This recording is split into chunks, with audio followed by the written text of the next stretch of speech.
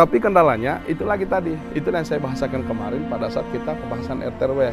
Orang mungkin mengeluh masalah listrik mati Pak apa semua. Mulai dari 2 tahun lalu kami buat surat Pak untuk meminjam Pak hanya 8 km wilayah yang masuk wilayah hutan lindung untuk jalur listrik Pak. Antara kami mau pasang PLN, mau pasang kabel antara dari Meluhu, Konawe, Kabupaten Konawe menuju Belalo. Karena kalau dipaksakan naik berapa mega dia punya kabel, itu bisa terbakar kabel yang satu-satunya jalur hanya lewat Pohara Pak, yang tembus Konawe Utara. Nah ini mau disangga, mau ditopang dari Konawe Pak, mau izin Pak, kami punya surat ada dari PLN Pak, kami sudah berikan Pak. Pak, bukan di luar, tapi ada kaitannya nih Pak, jalur listrik. Saya ingat pada tahun 2016 ketika setelah saya jadi bupati pertama, kemudian saya lihat seperti apa sih kondisi masyarakat saya pada saat itu. Ternyata dari sisi energi tadi, karena untuk mendorong tadi pengembangan sumber daya manusia, salah satunya itu daya dukungnya kan bagaimana ketersediaan listrik tadi.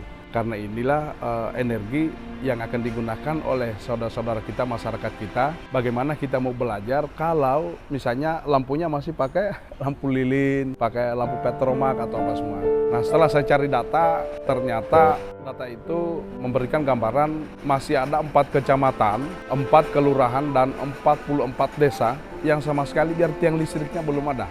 Saat itulah kemudian saya langsung menuju ke PLN Pusat, kemudian saya presentasikan Konawe Utara seperti apa, karena PLN ini kan mereka sendiri, jadi kita tinggal bagaimana melakukan koordinasi. Alhamdulillah dari situlah kemudian mereka pasang tiang, semua didatangkan pertama 2.500 tiang, sampai ke Solo Kepulauan. Sampai yang kemudian itulah tiang yang menuju sampai ke Ruta sekarang, mulai dari desa Pondoa kita.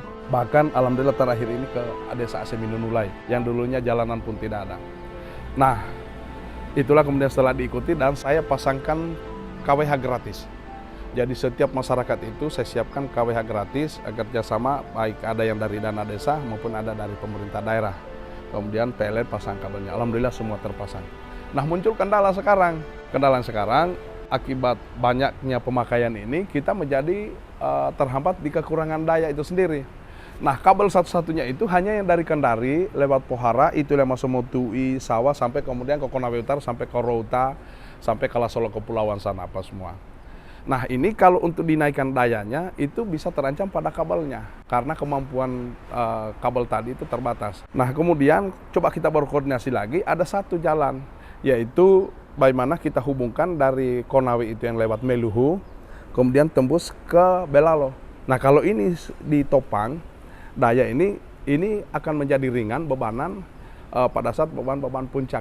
Tapi alhamdulillah kemarin setelah kami sampaikan baik dari DPRD, Bapak Sekda Provinsi maupun Kadis Kehutanan Provinsi, alhamdulillah langsung memberikan informasi hari Kamis besok supaya langsung ketemu di kantornya untuk kita segera tindak lanjuti. Jadi insya Allah ini kalau sudah persoalan tadi kawasan hutan bisa diantisipasi oleh Dinas Kehutanan, PLN tahun ini juga sudah akan memasang, dan insya Allah lewat itu masyarakat pasti sudah akan terbantu, tidak ada lagi yang naik turun daya yang ada di Konawe Utara. Artinya sampai dengan hal-hal yang seperti itu harus kita pikirkan karena menjadi tugas dan tanggung jawab kita sebagai pemerintah daerah untuk mengkoordinasikan, untuk mengkomunikasikan dengan semua stakeholder, pemangku kepentingan terhadap pembangunan kita yang ada di Konawe Utara, seperti itu.